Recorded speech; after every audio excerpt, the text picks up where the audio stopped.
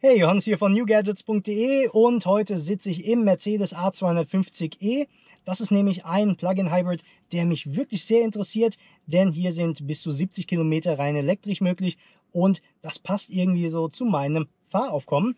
Am Tag fahre ich so 10 bis 20 Kilometer ausschließlich in der Stadt und am Wochenende dann auch mal ein bisschen weiter zur Family, Freunden oder auch mal, wenn es zu einem Ausflug geht. Deshalb habe ich auch längere Strecken manchmal vor mir, beispielsweise wenn ich von Frankfurt mal nach Köln oder nach München muss. Und deshalb finde ich auch ein Hybrid so interessant, denn ich könnte in der Stadt ja dann rein elektrisch fahren und für meine längeren Strecken habe ich ja dann immer noch einen Motor. Der A250e hat ja auch noch einen 35 Liter Tank, also kann ich damit noch so circa 400 Kilometer weit kommen. In diesem Video werde ich erst mal schauen, wie sich der A250e fahren lässt und wie weit ich rein elektrisch komme. Und was natürlich auch sehr interessant ist, wie der Ladevorgang ist. Also ich habe jetzt das Problem, dass ich zu Hause bei mir nicht aufladen kann. Also ich kann den nicht über Nacht an die Steckdose hängen, dann ist er wieder voll aufgeladen. Ich bin also auf die öffentlichen Ladesäulen angewiesen und beispielsweise auch ja, bei Aldi, Ikea, wo es eben auch Ladesäulen gibt, wo man einfach mal ein bisschen kostenlos Strom abzapfen kann. Und deshalb werde ich das auf jeden Fall auch mal direkt ausprobieren, wie schnell das Ganze geht, wie einfach das Ganze funktioniert. Und das seht ihr dann in diesem Video.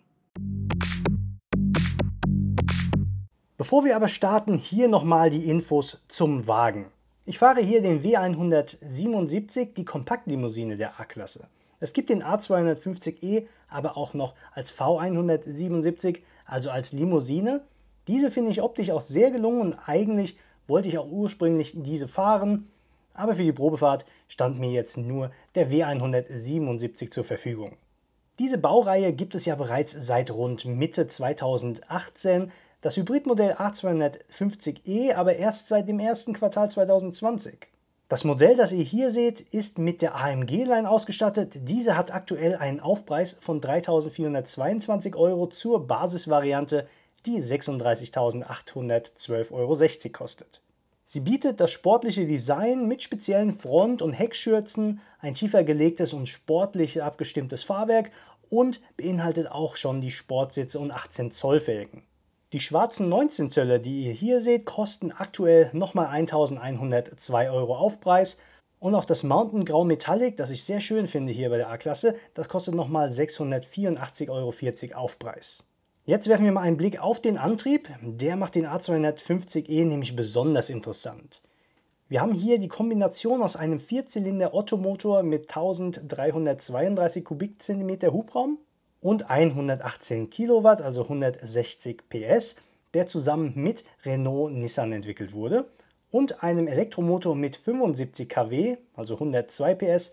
Das ergibt dann eine Systemleistung von 160 kW, also 218 PS. Damit ist der A250e ganz gut motorisiert und das schauen wir uns auch gleich mal an, wenn es zur Beschleunigung geht. Da werde ich nämlich einmal rein elektrisch von 0 auf 140 km/h beschleunigen und dann nochmal mit beiden Motoren von 0 auf 200 km/h. Der verbaute Akku hat eine Kapazität von 15,6 Kilowattstunden, von denen 10,7 Kilowattstunden nutzbar sind. Damit soll man dann laut Mercedes bis zu 75 Kilometer Reichweite erzielen können. Und damit man auch bei leerem Akku nicht liegen bleibt, gibt es auch noch einen 35 Liter Tank, mit dem man dann auch über 400 Kilometer Reichweite bekommt, je nach Fahrweise natürlich. Den Innenraum schauen wir uns dann gleich nochmal an. Jetzt geht es erstmal zum Beschleunigungstest.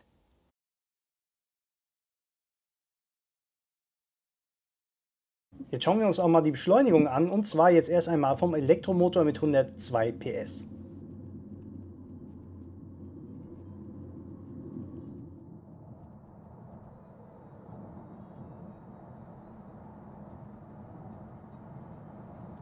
So im rein elektrischen jetzt, ja?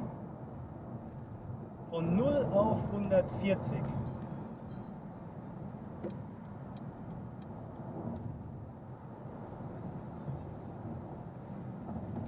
So, es ging sogar ein bisschen bergauf, denke ich mal. Also da kannst du echt nicht meckern, finde ich. Natürlich kann der A250e durch Bremsen auch rekuperieren und über die Schaltpedals können wir auch die Stärke der Rekuperation einstellen.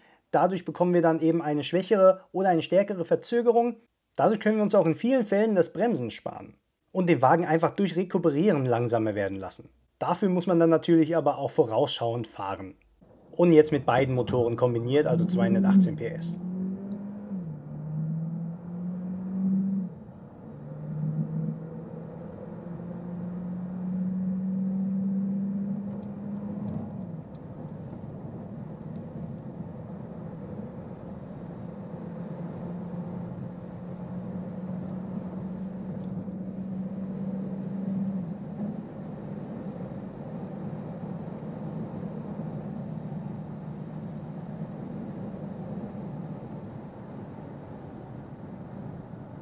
Die Höchstgeschwindigkeit sind 235 km/h und bei der Limousine 240 km/h.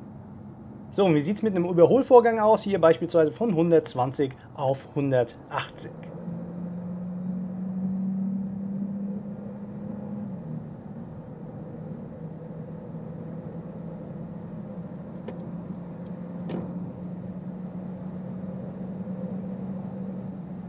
Wirklich schon sehr flott. Was man bemerkt, der Wagen hat jetzt nicht unbedingt einen besonderen Sound. Also vom 250 erwartet man ja eher, dass er so ein bisschen sportlich klingt.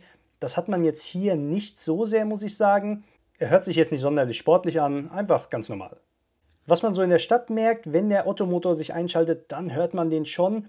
Der ist jetzt nicht sonderlich leise. Es ist ja ein 1,3 Liter Vierzylinder.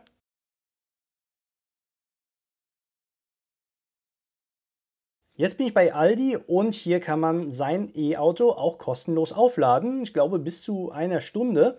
Und der A250e hat ja einen 15,6 Kilowattstunden Akku. Davon sind 10,7 Kilowattstunden nutzbar. Den können wir jetzt hier mit 3,7 Kilowatt aufladen. Der Wagen, den ich jetzt fahre, hat nur einen 3,7 Kilowatt Onboard-Lader. Es gibt auch optional noch zwei weitere, da komme ich aber später dazu. Und die Aldi-Ladesäule hat maximal 22 Kilowatt. Für den Anschluss hat die Ladesäule hier kein Kabel, deshalb muss man hier das Public Charging Kit im Konfigurator auswählen. Da bekommt man hier ein 5 Meter langes Kabel, mit dem wir uns hier mit der Ladesäule verbinden können. Das geht ganz easy, einfach in die Ladesäule und einmal ins Auto und dann könnt ihr an der Ladesäule auch den Ladevorgang starten und dann kann es losgehen. Im Kombi-Instrument seht ihr dann auch den Ladestand und dann könnt ihr einkaufen gehen. Zu Beginn habe ich jetzt 70% Akku und wir können damit 39 Kilometer fahren, laut der Anzeige hier. Und nach 39 Minuten Einkauf habe ich jetzt hier 2,17 Kilowattstunden geladen. Und wir haben jetzt hier 87% und kommen damit 47 Kilometer weit. Die Sache ist, dass der Akku natürlich beim Laden keine lineare Aufladung hat, sondern im oberen Bereich ein bisschen langsamer auflädt, so meistens bei 80%. Deshalb ist es dann auch meist schneller, wenn wir mit einem etwas entleerten Akku ankommen, also wenn ihr beispielsweise bei 20% startet und dann aufladet.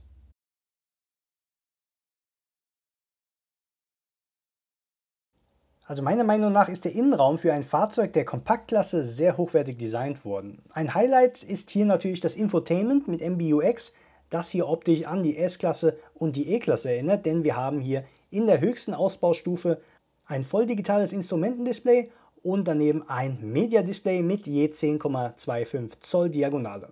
Das Media-Display ist zudem ein Touchscreen. Standardmäßig sind hier allerdings nur zwei 7 Zoll Displays verbaut, die ich echt hässlich finde. Also so richtig. Auch zeigt Mercedes lustigerweise auf so ziemlich allen Bildern im Konfigurator immer nur das schöne System mit den großen Displays an. Die kleinen Displays bekommt man hier eigentlich nur in der Innenansicht zu sehen.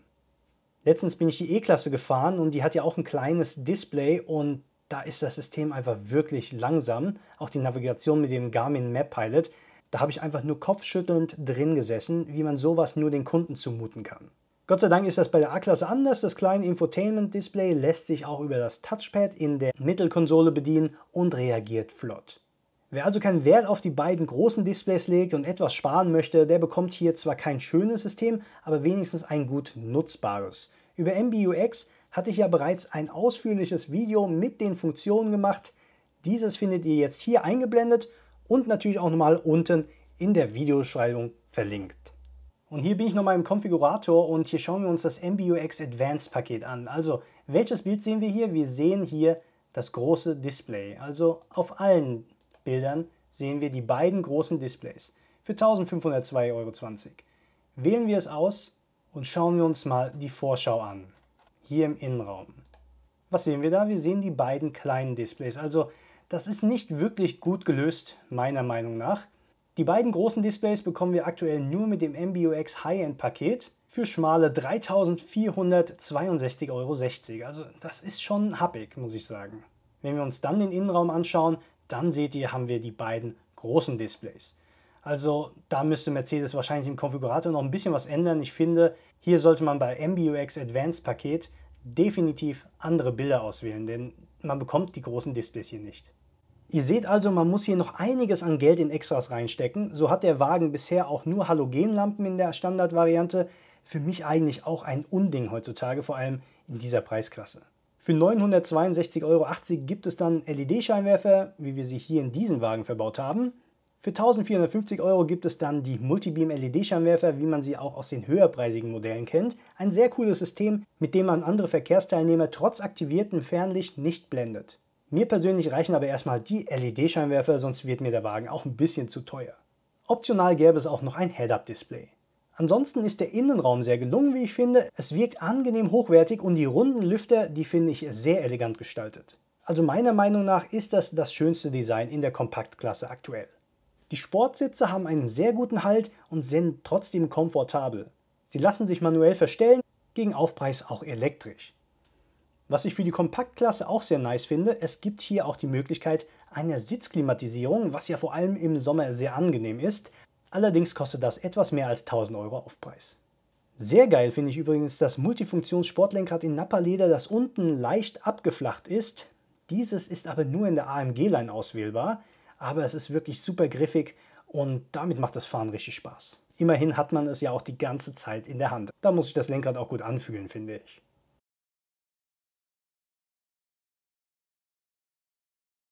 So, nächste Einkaufstour. Ich bin beim schwedischen Möbelhaus. Dort stehen auch Ladesäulen und da werden wir es auch mal ausprobieren. Und was hier auffällt, wir haben hier auch das Kabel schon an der Ladesäule. Also die fast 400 € für das Public Charging Kit könnte man sich sparen, wenn man nur bei Ikea lädt. Auch hier super easy. Wir nehmen einfach das Kabel von der Ladesäule ins Auto rein, starten hier den Ladevorgang und ja, los geht's. Gestartet bin ich hier mit 53%. 30 Kilometer Reichweite werden mir hier angezeigt. Ich glaube, man kann hier 90 Minuten kostenlos aufladen. Ich war jetzt 51 Minuten hier und es wurden 2,77 Kilowatt ausgeliefert. Mir werden jetzt hier 77% und 42 Kilometer Reichweite angezeigt. Ihr seht also mit 3,7 Kilowatt laden, das ist schon relativ langsam. Mercedes bietet hier auch 7,4 Kilowatt an, also das kostet natürlich Aufpreis. Da werdet ihr schon mal doppelt so schnell. Und für einen weiteren, noch höheren Aufpreis bekommt ihr dann 24 Kilowatt laden. Und dann wird der Wagen wirklich sehr schnell aufgeladen. Ich glaube, in weniger als einer Stunde ist er dann vollkommen vollgeladen. Bei meiner Fahrweise war ich jetzt beim Stromverbrauch bei so 15,3 Kilowattstunden. Das finde ich in Ordnung.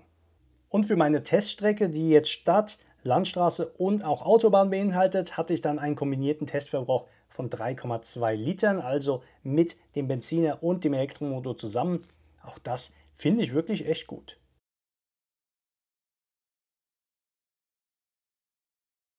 Ich hänge jetzt wieder an der Ladesäule und mein Tag mit dem A250e, der neigt sich jetzt leider dem Ende entgegen. Ich muss sagen, ich bin auf jeden Fall begeistert von dem Wagen. Zuerst einmal gefällt mir natürlich die Leistung, also der Wagen hat ordentlich Dampf.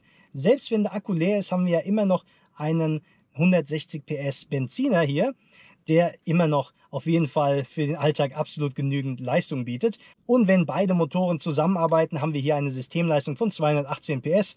Damit kann ich auf jeden Fall leben. Ich bin ja jetzt auch sehr viel nur elektrisch gefahren, also da hat er natürlich weniger Leistung, aber für die Stadt und selbst für die Landstraße und die Autobahn reicht das eigentlich vollkommen aus und wir können hier bis zu 140 km/h rein elektrisch fahren und das eben auch über eine gewisse Reichweite. Und ihr habt ja gesehen, ich konnte den Akku jetzt über den Tag leider nicht komplett aufladen, also hatte immer nur so circa 40 Kilometer Reichweite, aber das hat mir auf jeden Fall gereicht. Und wenn ich den Wagen länger hätte, könnte ich ihn ja natürlich auch irgendwo auch ein bisschen länger aufladen und mal wieder auf 100%. Unter Idealbedingungen schafft er ja eigentlich so circa 70 Kilometer, aber da muss der Akku natürlich auch vollkommen aufgeladen sein und ihr habt es ja gesehen, wie schnell, in Anführungsstrichen schnell, der Akku jetzt hier lädt, wenn man den Standardlader hat, also mit 3,7 Kilowatt. da ist das schon relativ langsam. Und hier würde ich auf jeden Fall im Konfigurator den doppelphasigen Lader nehmen, der mit 7,4 Kilowatt lädt. Da habt ihr wenigstens das Ganze eben doppelt so schnell. Und der Konfigurator bietet ja noch eine weitere Möglichkeit, wenn ihr noch ein bisschen mehr Geld ausgeben möchtet. Da könnt ihr dann mit 24 Kilowatt aufladen. Und dann ist der Wagen, glaube ich, in weniger als einer Stunde voll aufgeladen. Das macht dann natürlich vor allem dann Sinn, wenn man nicht zu Hause aufladen kann und nur öffentlich auflädt, aber dann eben auch wirklich schön schnell. Ich persönlich würde sagen, 7,4 reicht auf jeden Fall den meisten aus. Da kann man einfach mal eine halbe Stunde sich dranhängen und hat wieder ein paar Kilometer mehr Reichweite. Alles in allem bin ich wirklich sehr zufrieden mit dem A250e. Die letzten Jahre war ich ja eigentlich ein BMW-Fanboy und bin nur BMW gefahren. Aber jetzt nach einem Tag mit der A-Klasse muss ich sagen, es ist schon echt schön.